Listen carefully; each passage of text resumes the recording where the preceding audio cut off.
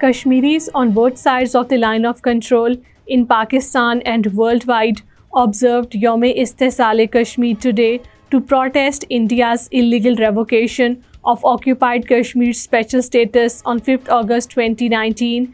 The day was marked as a Black Day in occupied Kashmir, while protests, rallies and seminars were held in Azad Kashmir, Pakistan and globally to draw attention to the grim situation in occupied Kashmir.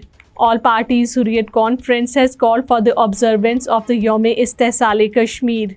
India intensified restrictions across occupied Kashmir to prevent protests and rallies against India's illegal actions on the 5th anniversary of the revocation of the Article 370 with increased military presence and the checkpoints in the territory. The authorities put senior APAC leader Agha Syed Hassan Al-Musfi Al-Safwi, Mehbooba Mufti and many others under house arrest. In Islamabad, a walk was held from the Foreign Office to the Parliament House to express solidarity with the people of occupied Kashmir. The event was attended by the federal ministers, political leaders, workers, government officials and the students. Kashmiri Americans and the allies staged a protest at the New York Times Square, denouncing the India's human rights abuses and urging the implementation of the UN-pledged right to self-determination.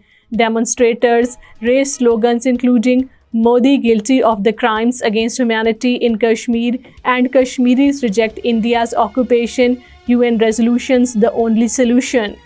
According to a report by the research section of Kashmir Media Service, since the repeal of the Kashmir special status on 5th August 2019, the territory has witnessed a surge in the human rights violations, with 907 Kashmiris martyred, including 17 women and 30 young boys. The Indian troops carried out extrajudicial executions, arbitrary arrest, torture and destruction of the property, with 2,459 people critically injured and 69 women widowed and 190 children orphaned.